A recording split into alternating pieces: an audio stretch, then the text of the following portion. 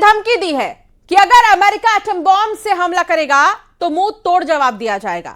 ईरानी सांसद फादा हुसैन मलेकी ने दावा किया कि अमेरिका जिस भी हथियार से हमला करेगा, ईरान उसी हथियार से पलटवार करेगा। उधर रूस से हथियार की बहुत बड़ी खेप ईरान पहुंचने वाली है।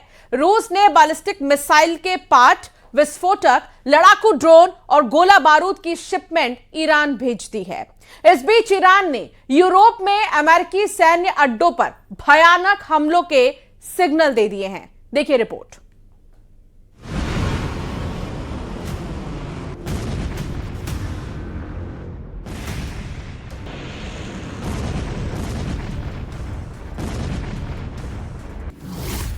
युद्ध के सीन से इजराइल आउट हुआ तो यूएई की एंट्री हो गई है। खाड़ी युद्ध में ट्रंप के साइलेंट होते ही पुतिन ने बड़ा गेम कर दिया है। यह युद्ध हर दिन नए मोड़ ले रहा है। जहां कभी अमेरिका हावी था, वहां अब ईरान अपनी मनमानी कर रहा है। ईरान ने धमकी दी है कि ट्रंप ने 12 दिन के युद्ध के बाद बार बार धोखा दिया है। उसे अब ईरान बर्दाश्त नहीं करने वाला।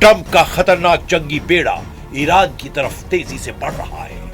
यूएसएस जॉर्ज वॉशिंगटन के डेक से तनातन जंगी जेट उड़ रहे हैं। ये वॉर ट्रेलर अमेरिका ने संयुक्त अरब अमीरात पर मिसाइल हमले के बाद रिलीज किया है। ट्रंप फोर्स का इस वक्त दिमाग बहुत ज्यादा खराब हो रखा है। जंगी बेड़ों से टेक ऑफ करते जंगी जेट की आग ट्रंप के गुस्से को बयां कर रही है, क्योंकि ईरान की तरफ से मिल रहे चैलेंज का कोई जवाब अमेरिकी सेना नहीं दे पा रही है। ऊपर से प्रेसिडेंट डोनाल्ड ट्रंप ने ईरान पर एक्शन लेने में ज्यादा टाइम ले लिया है कि अब अमेरिकी कैंप में टेंशन बढ़ने लगी है। उधर ईरान ने अमेरिका से जमीनी युद्ध की फूल प्रूफ तैयारी का ऐलान कर दिया है। आईआरजीसी राजनीतिक ब्यूरो के चीफ ब्रिगेडियर जनरल यदुल्लाह जवानी ने ऐलान किया है कि उनकी सेनाएं अमेरिका से ग्राउंड पर टकराने के लिए रेडी हैं। आईआरजीसी प्रवक्ता हुसैन महब्बी ने अमेरिका और उसके सहयोगी खाड़ी देशों के बुनियादी ढांचों जैसे एनर्जी नेटवर्क, पावर प्लांट और इंटरनेट से जुड़े सिस्टम को ईरान का अगला टारगेट बताया है। खाड़ी देशों को धमकी देने के साथ ही ईरान ने अपने खेमे में आने का न्योता भी दे दिया है।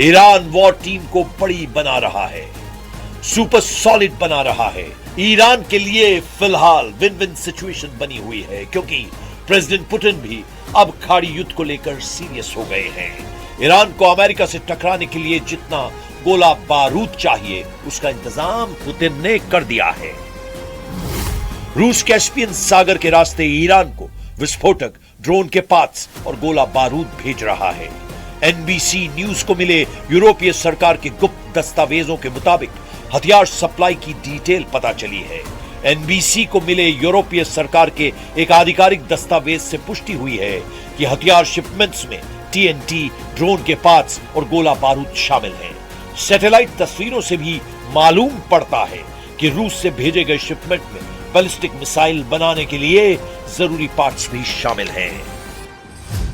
रेवोल्यूशनरी लड़ाकों के लिए रूस से भेजा गया हथियार रिटर्न गिफ्ट है। यह ट्रांसफर मॉस्को और तेहरान के बीच सैन्य संबंधों में बड़े बदलाव को दिखा रहा है। जहां पहले ईरान ने यूक्रेन युद्ध के लिए रूस को शाहिद टाइप के ड्रोन सप्लाई किए थे, वहीं अब रूस ईरान की पावर जस्ट डबल करने जा रहा है। ईरान के पास लड़ाकू ड्रोन का अच्छा खासा भंडार है। अब रूस की मदद से ईरानी मिसाइल के गोदाम भी फुल हो जाएंगे। इसके बाद ईरान को रोक पाना अमेरिका के लिए मुश्किल हो जाएगा। ईरान हथियारों का इंतजाम करने के साथ इमोशनल कार्ड भी आजमाने लगा है। इसका सिग्नल कासिम सुलेमानी की कब्र पर पहुंचे ईरानी संसद के स्पीकर गालिबाफ ने दिया है। गालिबाफ मुस्लिम देशों को एक साथ मिलाकर अमेरिका से हिसाब लेने के लिए उकसा रहे हैं।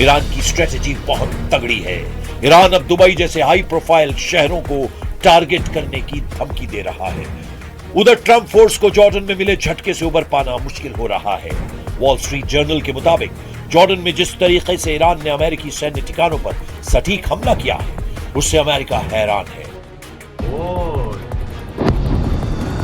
अमेरिका को लग रहा था कि चीन के इनपुट से ईरान ने हमला किया है, लेकिन अब इस्लामिक रेवोल्यूशनरी गार्ड्स ने दावा किया है कि जॉर्डन के अंदर से उन्हें मदद मिली है। वहीं जॉर्डन ईरान के दावे पर टोटल साइलेंट हो गया है, जबकि ईरान में अमेरिका की पिटाई पर जबरदस्त जोश दिखाई दे रहा है। तेहरान की गलियों में बैनर पोस्टर के जरिए डोनाल्ड ट्रंप को हराने का ऐलान किया जा रहा है। तेहरान में बैनर पर ट्रंप का माखौल उड़ाने वाली तस्वीरें दिखाई जा रही हैं, जिसमें उनके दिए गए नारे के चीथड़े उड़ाए गए हैं।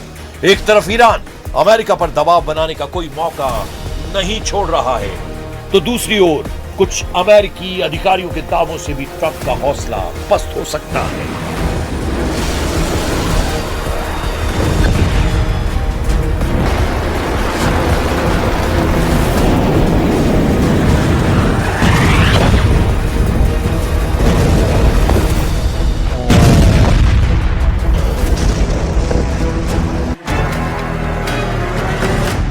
क्योंकि एक अमेरिकी अधिकारी ने दावा किया, अमेरिका के पास ईरान के खिलाफ लंबा युद्ध लड़ने लायक मिसाइलें नहीं हैं। ब्रिटेन के अखबार टेलीग्राफ ने एक रिपोर्ट छापी, जिसमें उसने एक अमेरिकी अधिकारी को कोट किया और लिखा कि अमेरिका ईरान के साथ लंबे और बड़े सैन्य संघर्ष के लिए अपनी ताकत बढ़ा रहा है, लेकिन उसके सामने हथियारों और मिसाइलों के भंडार की कमी एक बड़ी चुनौती बन रही है। रिपोर्ट के हिसाब से अमेरिकी रक्षा अधिकारी को चिंता है कि अमेरिका को अपने रणनीतिक हथियार के भंडार को बनाए रखना है, क्योंकि चीन और रूस के मोर्चे पर भी अमेरिका को हथियारों की जरूरत पड़ सकती है।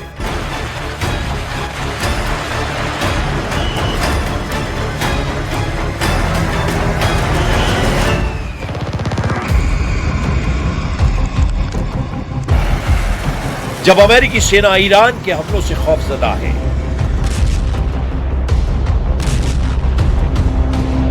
जब ईरान अमेरिका को ग्राउंड ऑपरेशन के लिए ललकार रहा है,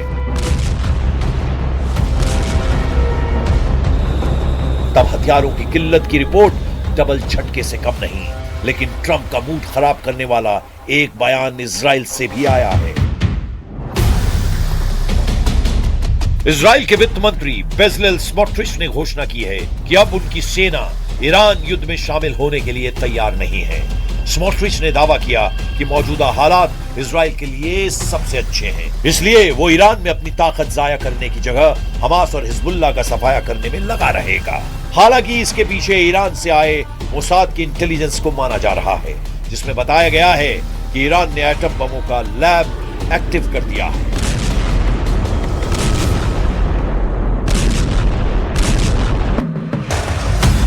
मोसाद ने रिपोर्ट दी है कि ईरान ने पिछले साल अपने यूरेनियम संवर्धन सेंट्रीफ्यूज को पिकैक्स माउंटेन के पीछे गहरी सुरंगों में पहुंचा दिया था। बीते साल जून में 12 दिनों तक चले इजराइल ईरान युद्ध के बाद यूरेनियम सेंट्रीफ्यूज को बेहद सुरक्षित पिकैक्स माउंटेन ट्रांसफर कर दिया गया था। पिकैक्स माउंटेन, जिसे माउंट कोलांग भी कहते हैं, ईरान का सबसे सुरक्षित परिसर है। ये ईरान के नतांज यूरेनियम संवर्धन केंद्र के पास है, जहां पर 2 गहरे भूमिगत सुरंग नेटवर्क हैं।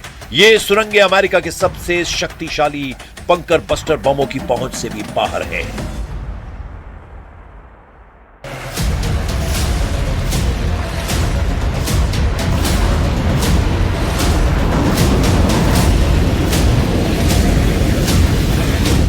ईरान के एटमी प्रोग्राम पर मिले अलर्ट से अमेरिका और इजराइल बेहद गुस्से में है।